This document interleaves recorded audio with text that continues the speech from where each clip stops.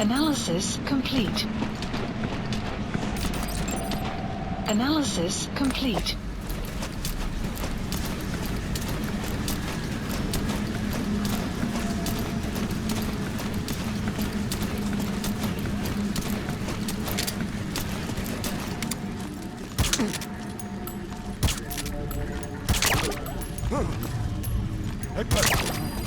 Guard post captured.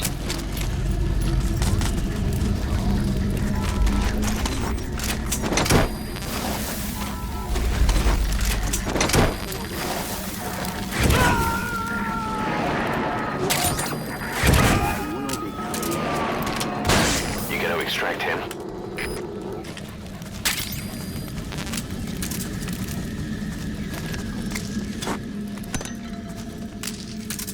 Supplies requested.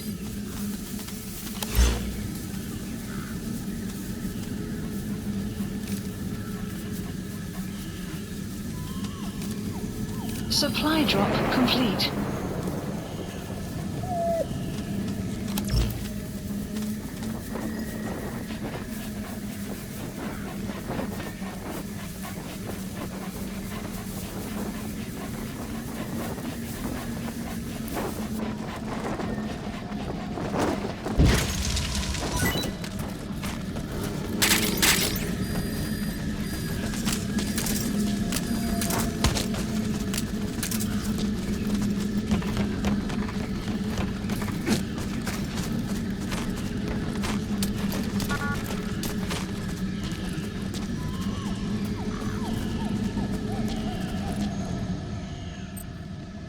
DD.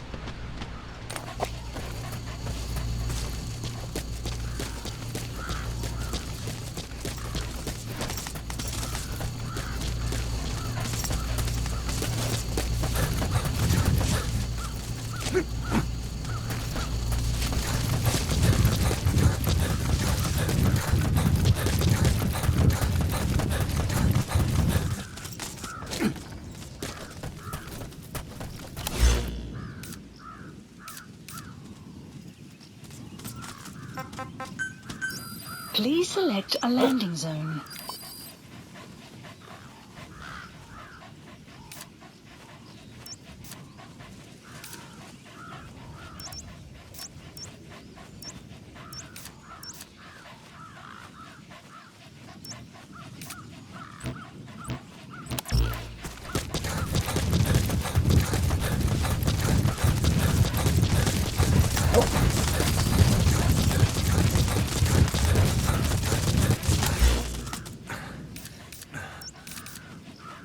Marker placed.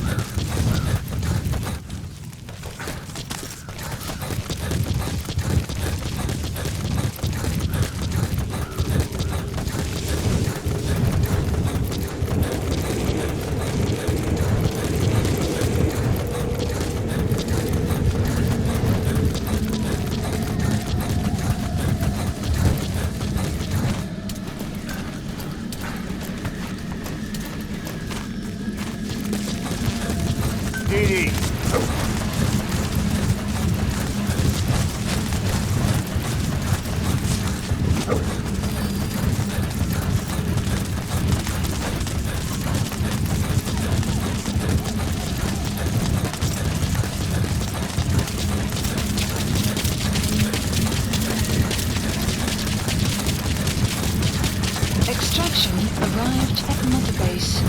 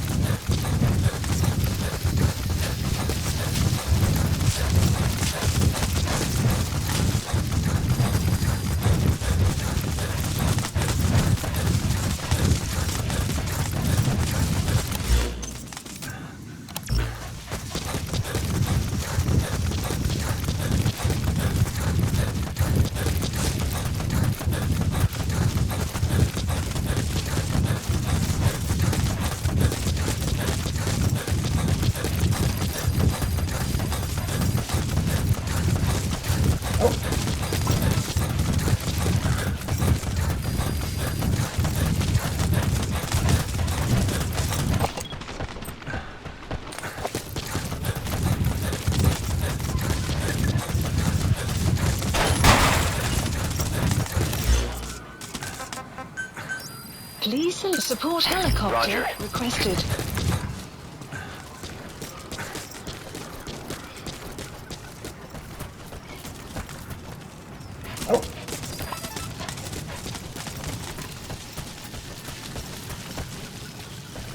Okay.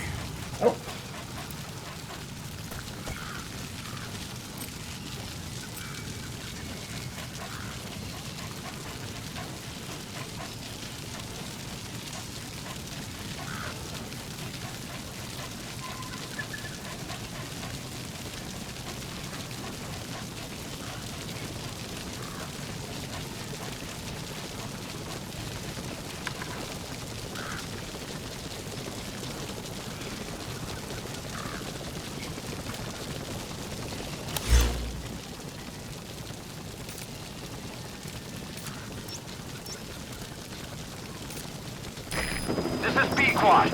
Arriving shortly at LZ.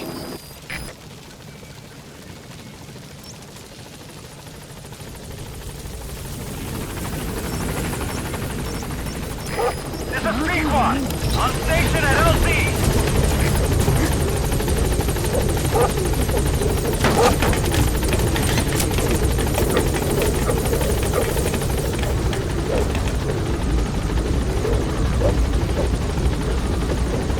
Gaining altitude.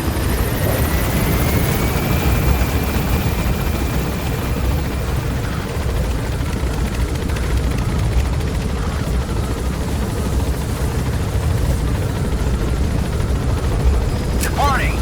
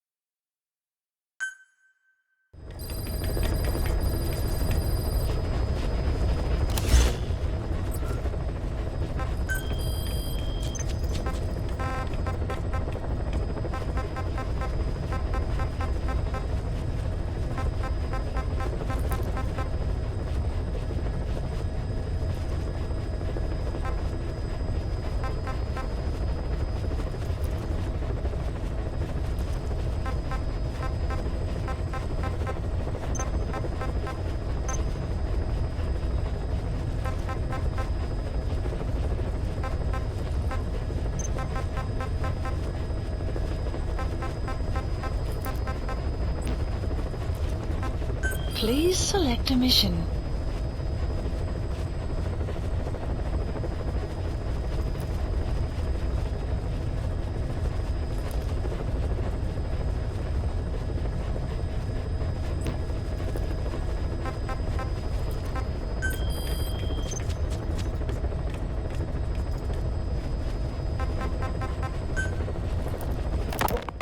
I had the R&D team analyze the honeybee.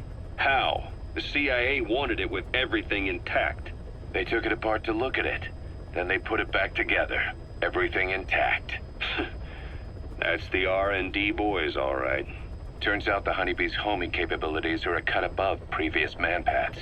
It can detect a broad range of infrared wavelengths, and even ultraviolet for supplementary guidance. Hence the name, huh? Right. Honeybees rely on UV light to fly. With this device, flares don't do the target any good.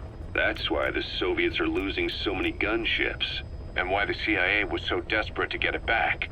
It wasn't just about preventing the Soviets from devising countermeasures. What if the likes of Iran got their hands on it? American aircraft would be put at risk too. We can use this tech to develop our own portable missile.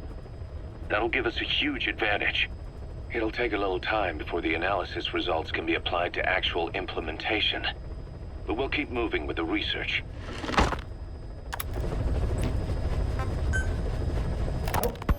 Kaz, what about the unit that attacked us in the mist? You knew something about them. That wasn't my first run-in with them.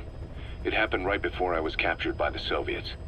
We were on the zero line that day, the Afghan side, on our way back from training the Mujahideen at a mountain camp in Kunar province. There's a lot of that work in Afghanistan. Most PFs shy away from it because it draws too much attention. But for us, that was the whole point. The job itself went great. We just had to make it back to a tribal area in Pakistan. But all of a sudden, visibility got real bad. It was no sandstorm. Our point man gave this strange report. He said he could see skulls in the mist. Skulls? The next moment, he went silent. We scrambled into formation, right before his arms and legs came raining down on us. It was always supposed to be a dangerous mission, so I had Diamond Dog's very best with me. We were calling out to each other. But one by one, their voices just went dead. Whatever happened to me, I lost consciousness before I knew it. When I came to, I was in a Soviet camp, tied to an interrogation chair. Could they be some new Spetsnaz unit? No. The ones that interrogated me were just the average rank and file. Whatever group attacked us, the way they moved was just insane. And that mist, appearing out of nowhere. The Soviets don't have tech like that. If they did, Ocelot would have heard about it. I doubt the West does either. Otherwise, the folks at Langley would be sleeping a lot easier. Why'd they come after you? Wish I knew. I'm the only one who survived. Though I don't think they planned it that way. If I was their target, they wouldn't have just handed me over to the 40th Army. Whatever the case, we need to watch our step until we know who they really are. And boss, if you ever do run into them again, don't try to take them on. You just get the hell out of there. When I first started dealing with Zero, with Cypher, it was a somewhat parasitic relationship, though a mutually beneficial one. Cypher had no army of their own, so they wanted us. They wanted our strength. They approached me as a potential business partner. But they had other motives. Cypher coaxed us into Central America, into that US-Soviet proxy war, to fuel Mother Base's growth. Once we were big enough, they'd force us to join them. That was the plan. That's why they had Paz, still Zeke. Right. And if we refused, she would use Zeke to fire a nuke from Mother Base. The world would consider us a liability, and countries would unite to destroy us. We stopped the launch. And yet they still took us down. Through that fake inspection they orchestrated to cover up their sabotage. That power Cypher wanted. We don't have it anymore. So why are they still after you? Is it just the fear of leaving you alive? I don't know. Was Zero really... All I know is the man I knew wouldn't want this. What do you mean? We have to consider that it might not be Zero we're dealing with. We know virtually nothing about Cypher anymore. How big they've gotten, what they want, or even who they really are. The new Mother Base started out as a test drilling rig operated by a mineral resources supplier, but their project fell through. The Seychelles government was happy to hand the place over to us. It was just scrap on stilts. So with a few dummy construction companies set up as fronts, we started renovating the half-finished rig. From the outside, it looked like the project was back on rails. Kaz, you... What? I see what you're doing. Recreating the mother base we had 9 years ago. Only this time. That's right. The mother base Cypher thought they destroyed will return from the grave to kill them. We'll prove to the world that we were the victors. And if we lose again? They can't fool us the same way twice. Now our enemies are in plain sight. And when our organization gets too big, we split it across companies. Any company that draws attention gets liquidated, and its capital is back-channeled into a new company. Most PFs are small-time operations anyway. And in this business, the minnows go bankrupt all the time. We've never aroused suspicion. Plus, we have Hewick. Hewick? Human Exploitation Company. It's a business specializing in intel gathering. Think of it as a civilian intelligence agency. Kaz, that's... Remember what they were trying to accomplish at the prison facility in Cuba? That gave me the idea. We dispatch moles into conflict zones around the world, and each sets up an intel network on site. Then they stay in place to give us stable points of contact when other nations intervene in the conflicts. Hewick's strength is that it has a cutout at each level. You get your job from one guy, then you hand it off to another. No one has direct access. It's a perfect black box. Hewick members also work their way into the superpowers intelligence agencies to make sure Diamond Dogs gets work. We have those countries by the balls. That's our deterrent when we need it. Networking? In the intelligence community? Sure, that's how we've grown this far. And when you go out on missions, intel from Hewick will be there to back you up. But despite all that, Cypher has its eyes on us. The only reason I'm not dead is that they needed to know where you were. Figured if you woke up, I'd go straight to you. That's why you made that ruckus at the Zero Line. Yeah, to make their own surveillance work against them. I think it took some of the heat off Cyprus. Kaz. Then I just had to wait for you to save me. And I've gotten used to waiting. Kaz. That's not all. It was a good chance to scout the market. And with the West wanting the Soviets out of Afghanistan, their agencies are bursting at the seams with funding. Boss, let's start by building up our Afghan presence. Why put Mother Base in the Seychelles? We're at the center of the world here. We're all the way out in the Indian Ocean. Come on. Lebanon, Sri Lanka, East Timor, and Africa. From here, our reach extends to conflict zones the world over, including Afghanistan, of course. So it's prime real estate for a mercenary. Exactly. Latin America isn't as close as I'd like, but we have Amanda and her people to help in that department. And besides, the Seychelles government owes us a favor. Owes us? The Seychelles has strong ties to the east, which the West wanted to shake up. It came to a head 3 years ago, in an attempted coup. It was a force of South African mercenaries, with U.S. backing behind the scenes. They were only platoon size, but South Africa is home to some heavy PFs. Too much for the Seychelles to handle. In the end, they accepted help from the Tanzanian army and quelled the coup. We set up the deal and handled on-site tactical instruction.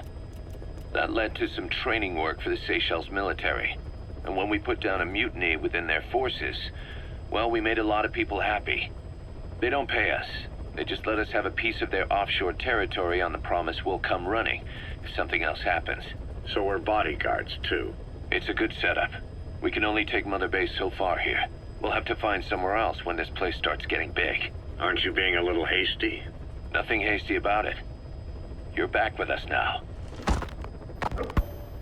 So, Kaz, the ship that took us from Cyprus, it used to be a whaler. Yeah, a Japanese vessel.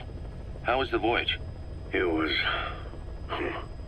stimulating. Well, she was part of a whaling fleet up until a few years ago. Her displacement isn't anything to write home about, but she can really move. She still had plenty of life left in her, but then the work dried up. Global opposition to whaling has been mounting for years. Is that right? The push to ban it has been gaining traction for a little over a decade. Individual species came under protection as the years went on. And then 2 years ago, the IWC adopted a moratorium on commercial whaling. Several countries, including Japan, fought it to the bitter end. But eventually, most whaling companies had no choice but to throw in the towel. You ever tried whale snake? Can't say that I have.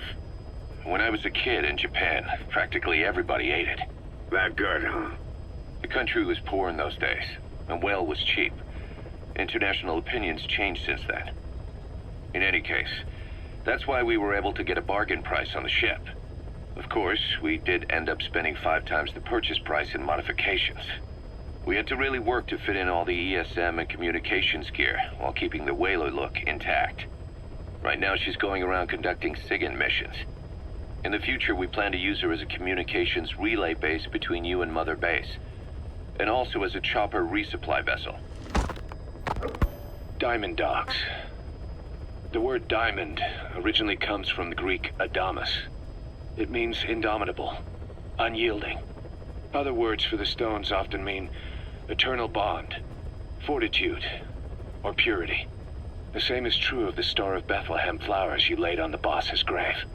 They represent innocence, as well as chastity, yielding to no man while maintaining one's virtue. In other words, staying loyal to something.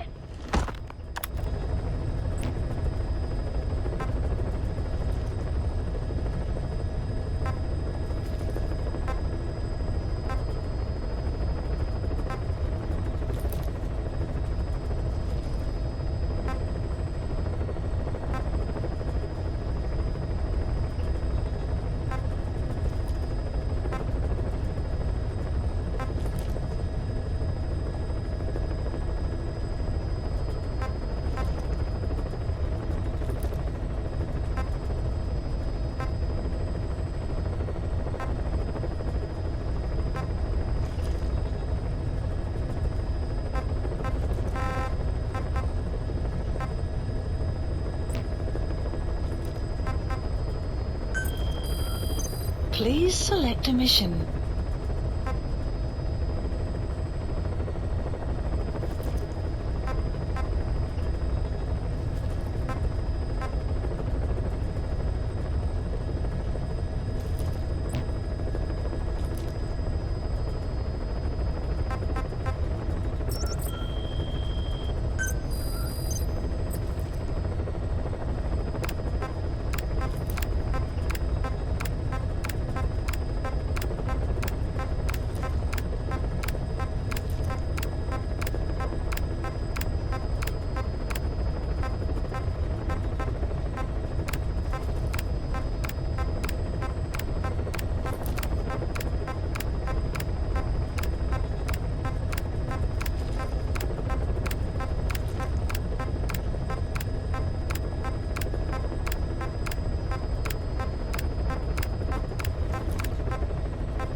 Select unit. Staff dismissed.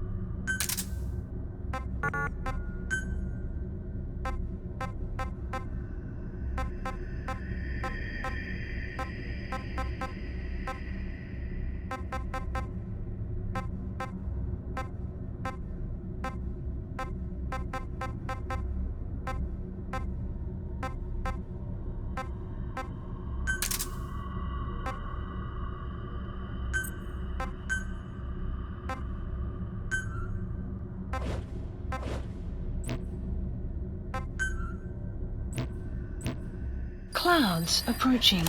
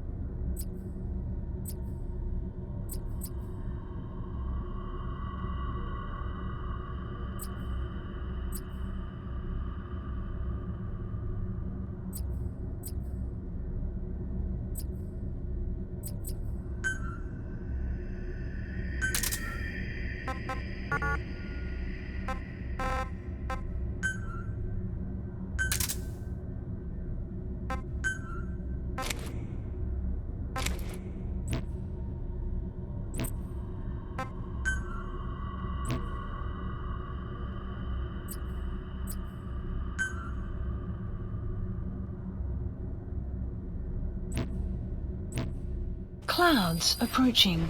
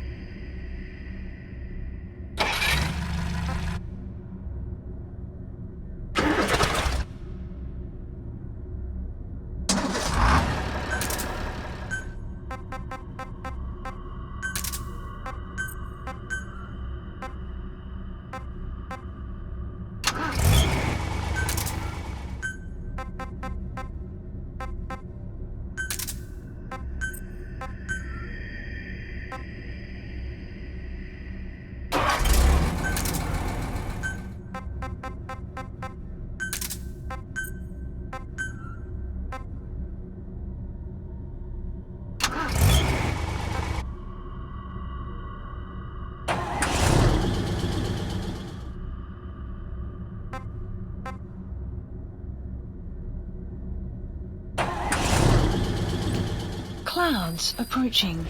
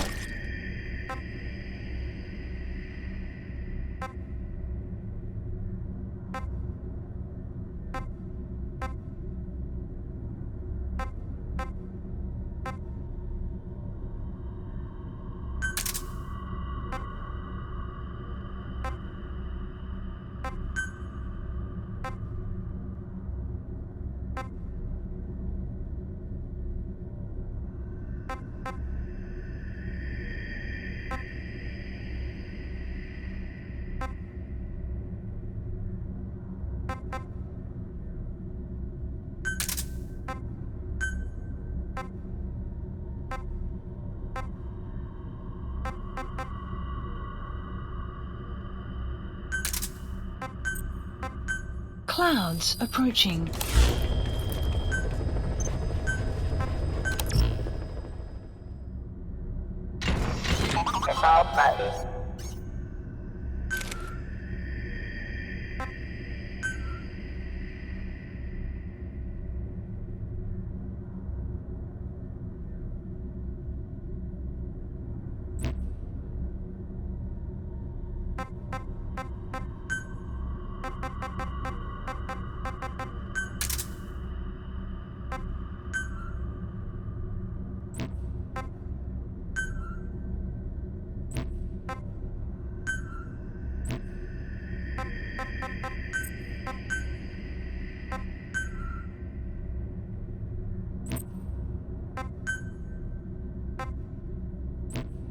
Clouds approaching.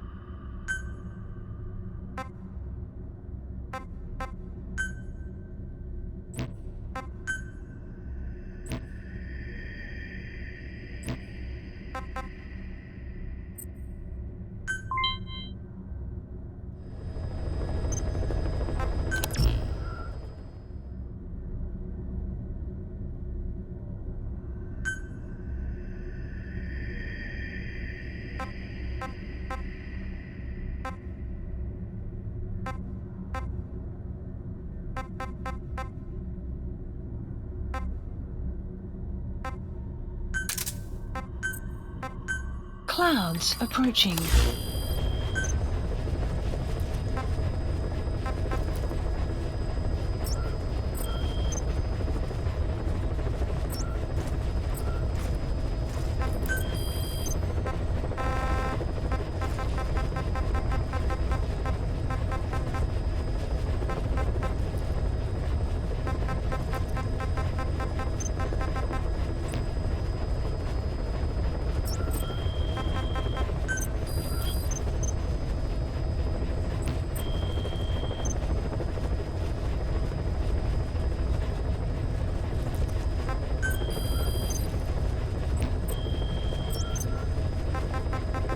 Please select a heading to Mother Base.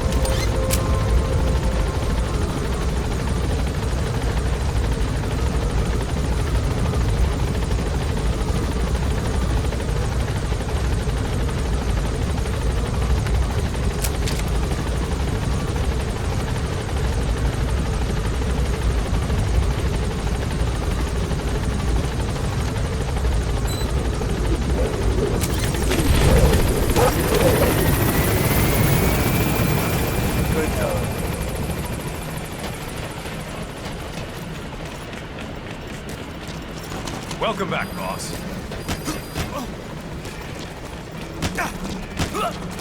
Train with me, boss.